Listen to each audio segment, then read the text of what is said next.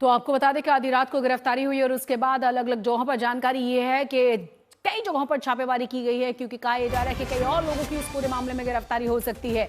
आपको ये भी बता दें कि ये आधी रात की गिरफ्तारी की तस्वीर हम आपको दिखा रहे हैं। 2 और लोगों को साथ में हिरासत में लिया गया था। कुछ और गिरफ्तारियों की बात भी कही जा रही है, क्योंकि अलग अलग जगहों पर पुलिस ने कई इलाकों में पहुंचकर छापा मारा है। इस पूरे मामले पर लगातार जबरदस्त तरीके से लॉ एंड ऑर्डर पर सवाल उठाए जा रहे थे, लगातार सियासत की जा रही थी। विपक्ष की तरफ से लगातार कहा जा रहा था कि देखिए किस तरीके से सुशासन राज में दिन दहाड़े इस तरह से हत्याकांड को अंजाम दिया जाता है, और सीधी सीधी मांग की जा रही थी कि इस पूरे मामले में आनंद सिंह की गिरफ्तारी होनी चाहिए, जिसके बारे में पुलिस की तरफ से भी कहा गया कि सीधा अहम रोल आनंद सिंह का इस पूरे के पूरे मामले में है। ज्यादा जानकारी के साथ हमारे संवाददाता लगातार बने हुए हैं। शशि भूषण, साथ ही अब आगे की कार्रवाई और वहां की जनता का क्या कहना है, क्योंकि कहा यह गया है कि पत्नी को पूरी जिम्मेदारी अनंत सिंह की तरफ से सौंप दी गई है। समर्थकों की तरफ से कहा यह गया था कि ये गिरफ्तारी नहीं हुई है, सरेंडर किया गया है उनकी तरफ से।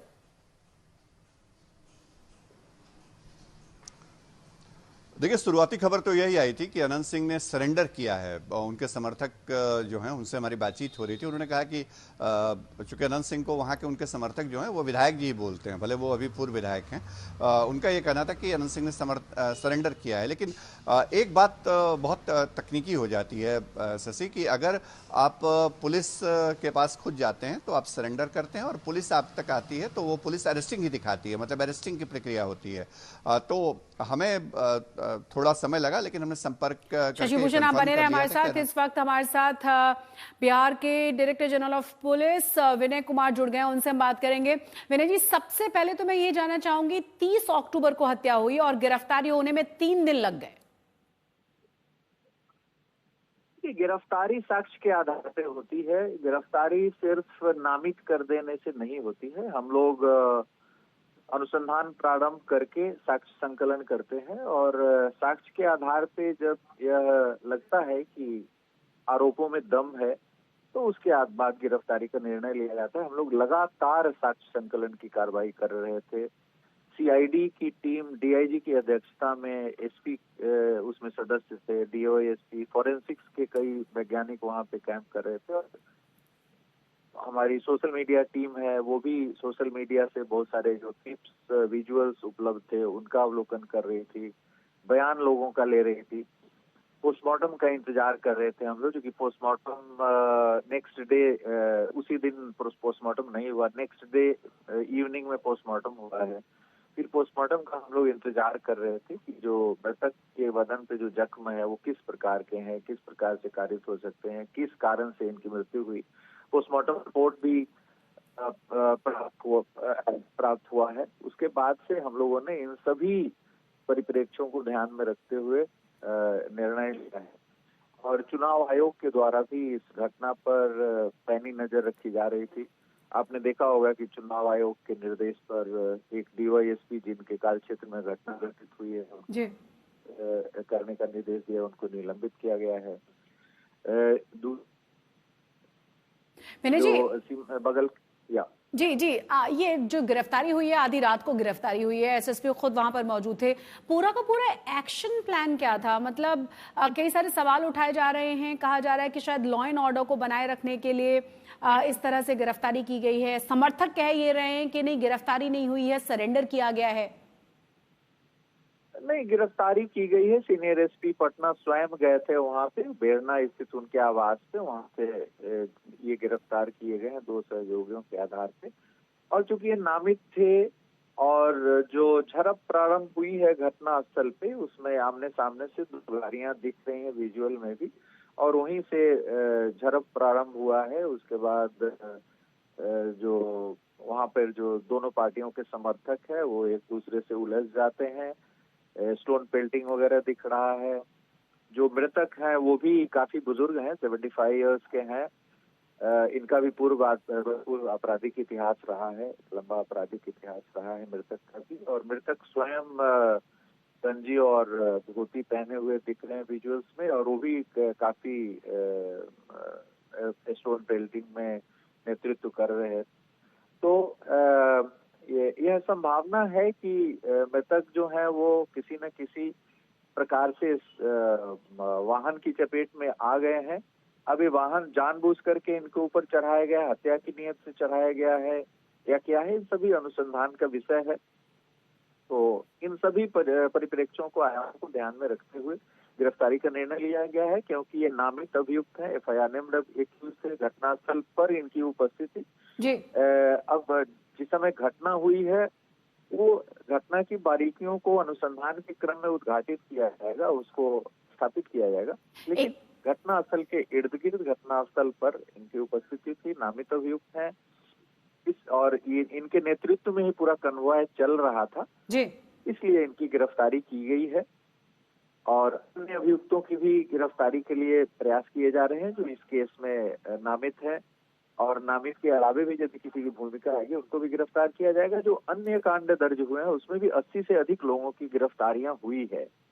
जो स्टोन पेल्टिंग वगैरह वाले केसेस हैं उनमें भी जो विजुअल्स के आधार पे उनको पहचान स्थापित करके उनकी गिरफ्तारियां की जा रही है। गिरफ्तारी से पहले जो तस्वीरें सामने आई थी कि लगभग 25 मिनट तक वहां जो SSP हैं कार्तिकेय शर्मा, वो अनंत सिंह के साथ बातचीत उन्होंने की है। तो क्या उन्हें सरेंडर के लिए कहा गया या फिर तमाम जो स्थिति थी उसे कैसे मैनेज किया जाए और कैसे शांति के साथ वहां से लेकर पटना निकला जाए? गिरफ्तारी के जो नियम है उसमें गिरफ्तारी के कारणों को, गिरफ्तारी के ग्राउंड्स को, उसके आधार को जिस व्यक्ति को गिरफ्तार करना उसको बताना पड़ता है जी। तो सीनियर SP पटना उन्हें गिरफ्तारी के कारणों, गिरफ्तारी के ग्राउंड्स कह चुकी है। मैंडेटरी है, सुप्रीम कोर्ट का भी निर्णय है कि किसी भी व्यक्ति को आप गिरफ्तार करते हैं तो गिरफ्तारी के कारणों, गिरफ्तारी के ग्राउंड्स, आधार भी आपको स्पष्ट करना है। तो सीनियर SP पटना इन्हें गिरफ्तारी के कारणों और उसके ग्राउंड्स को पूरा स्पष्ट रूप से इनको कम्युनिकेट किए हैं, जो कानूनी अनिवार्यता है, और उसके बाद इनकी गिरफ्तारी की गई। दुलारचंद की जो पोस्टमार्टम रिपोर्ट है लगाई है कि उसके बाद पूरी तस्वीर बदल गई, क्योंकि फेफड़े फटने, पसलियां टूटने, जिस गोली के लगने से मरने की बात कही जा रही थी वो पैर में लगी हुई गोली थी। बहुत साफ साफ पता चलता है कि किस तरीके से इस पूरे घटनाक्रम को अंजाम दिया गया होगा। पुलिस की नजर से DGP होने के नाते अभी तक आपका असेसमेंट क्या है? नहीं, इसमें अनुसंधान में असेसमेंट नहीं होता है, बल्कि अनुसंधान साक्ष्य के आधार पे किया जाता है। जैसा आपने स्वयं में बताया कि जो घटनाक्रम दिख रहा है कि वहाँ पर दोनों ही पार्टियों के समर्थक उलझ जाते हैं। रोड जो है एकदम नैरो है, वहाँ पे एक वाहन ही क्रॉस कर सकता है, दूसरे वाहन को रुकना पड़ता है और बड़ी मुश्किल से वाहन क्रॉस कर पाते हैं आमने सामने वाले, रोड नैरो होने के कारण। तो इसके कारण से बकझक शुरू हो जाता है वहाँ पर। और चुनाव के समय माहौल बड़ा ही, जो पार्टियां रहती हैं जो चुनाव लड़ते हैं उनके समर्थक काफी उत्तेजित रहते ही हैं, चुनाव को लेकर के नारा लगाते रहते हैं, जिंदाबाद मुर्दाबाद वगैरह। तो वहाँ पे झड़प प्रारंभ हो जाता है वाहनों के क्रॉस करने के क्रम में, और उसके बाद फिर पूरी स्टोन पेल्टिंग वगैरह प्रारंभ हो जाती है, जिसमें दर्जनों वाहन क्षतिग्रस्त हुए हैं, लोग घायल हुए हैं, उसका अलग से केस दर्ज हुआ है। और उस स्थिति में मृतक भी स्टोन पेल्टिंग करते देखे गए हैं, विजुअल्स में दिख रहा है, और काफी एजेड हैं, 75 इयर्स के हैं। तो ऐसा संभव है कि ये सड़क पर रहे होंगे और वाहन के चपेट में आ गए हैं। तो चूंकि वाहन के कारण ही हुआ है, अब ये अनुसंधान का विषय है कि जानबूझ करके इनके शरीर पे वाहन चढ़ा करके इनकी हत्या की गई है या ये गोली के कारण गोली लगी है इनको, पोस्टमार्टम में आया है। लेकिन पोस्टमार्टम में डॉक्टर की जो टीम है वो कही है कि गोली के कारण इनकी मृत्यु नहीं हुई है जी। तो अब हम लोग जो वाहन के चपेट में आ जाए, वाहन इनके वजन से क्रॉस करने के कारण जो इनकी मृत्यु हुई है, उस पर हम लोग अनुसंधान करते हैं कि कौन सी गाड़ी थी, उस पर चालक कौन थे और किस प्रकार। तो क्या उस गाड़ी के बारे में पता चल पाया है जिससे कुचलाया गया है, और जिस बंदूक से गोली मारी गई है क्या उसकी बरामदगी हो गई है? नहीं, उसके लिए प्रयास किए जा रहे हैं, वाहन को भी चिन्हित किया जा रहा है, क्योंकि वहाँ पे काफी सारी संख्या में वाहन दोनों तरफ से क्रॉस कर रहे थे जी। दोनों ही पार्टियों के वाहन आमने सामने से क्रॉस कर रहे थे, तो इसकी जानकारी ली जा रही। इतना तय हो गया पोस्टमार्टम से कि वाहन इनके वजन से क्रॉस किया है। ये पूरी तस्वीरें देखने के बाद विनय जी, और तमाम जो अभी तक आपने गिरफ्तारियां की हैं उनसे बात करने के बाद अभी तक जितने साक्ष्य जुटे हैं, पोस्टमार्टम रिपोर्ट और बाकी की चीजें, और जिस तरह का पास्ट रहा है अनंत सिंह का, क्या ये जो पूरा हत्याकांड है सुनियोजित साजिश जैसा नजर आता है? नहीं, सुनियोजित साजिश अभी तक के अनुसंधान में नहीं आ रहा है। भविष्य के अनुसंधान में संभव है, लेकिन अभी तक के अनुसंधान में लग रहा है कि ये दोनों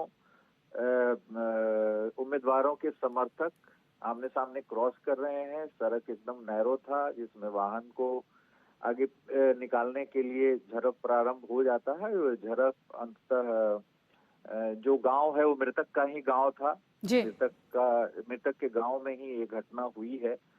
तो वहां पर कोई सुनियोजित ढंग से ऐसा नहीं लग रहा है, क्योंकि ये इनकी विजुअल्स में भी दिख रहा है कि इनकी गाड़ियां क्रॉस कर रही हैं और इनके जो दूसरी पार्टी के जो समर्थक हैं, जो चूंकि गांव था मृतक का वहां पे, तो मृतक के गांव के और जनसुराज के जो समर्थक थे वो सभी स्टोन पेल्टिंग्स में ज्यादातर वही दिख रहे हैं विजुअल्स में।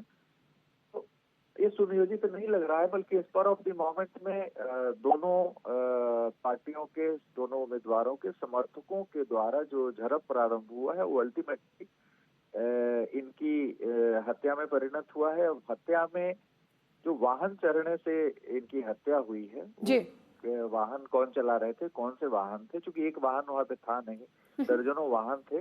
तो इस पर अनुसंधान पूरी सीआईडी की टीम कर रही है, पीओ का पुनर्निर्माण कर रही है, घटनास्थल का पुनर्सृजन का एफएसएल के द्वारा कार्य किया जा रहा है। तो बहुत सारे साक्ष्य अभी भविष्य में प्राप्त किए जाएंगे। लेकिन जो पत्थरबाजी हुई है, कहा जा रहा है कि रेलवे ट्रैक के वो पत्थर थे, जो पत्थर वहां पाए गए हैं, वहां पहले से क्या इकट्ठा कर लिए गए थे, गाड़ियों से वहां पहुंचाए गए थे जिस तरीके से, क्योंकि इतनी बड़ी मात्रा में इतने ज्यादा पत्थर वहां एक जगह एकजुट होना और फिर एक दूसरे पर प्रहार उनसे करना, ये भी अनुसंधान का विषय है कि वो पत्थर जो है वो उसका ओरिजिन क्या है, वो पत्थर वहां पे पहले से थे या पत्थर लाए गए थे। तो ये सभी अनुसंधान का विषय है जो आने वाले अनुसंधान में स्थापित किए जाएंगे, और फिर इन सभी बिंदुओं पर अनुसंधान जारी है।